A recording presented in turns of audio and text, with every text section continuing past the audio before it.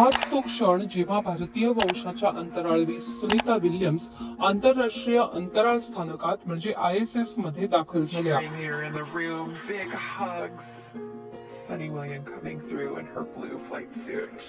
सुनीता आणि Butch Wilmore यांना घेऊन बोईंग स्टारलायनर हे खासगी अवकाशयान 5 जूनला अवकाशात झेपावलं होतं आणि 26 तासांच्या खडतर प्रवासानंतर ते ISS वर पोहोचलं.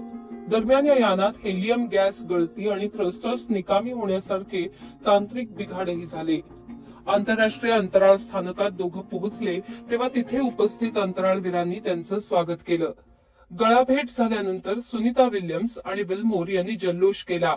It was such a great welcome, little dance party, and that's the way to get things going. And we're just happy as can be to be up in space. Boeing स्टारलायनरची ही अशी पहिलीच मोहीम होती, तर Sunita Williams या तिसऱ्यांदा आंतरराष्ट्रीय अंतराळ स्थानकात पोहोचल्या आहेत. सुनीता आणि बुच यानात आणि अंतराळ स्थानकात काही चाचण्या करतील. साधारण 14 जूनच्या आसपास हे यान पृथ्वीवरती परतणार आहे. Thank you all so much.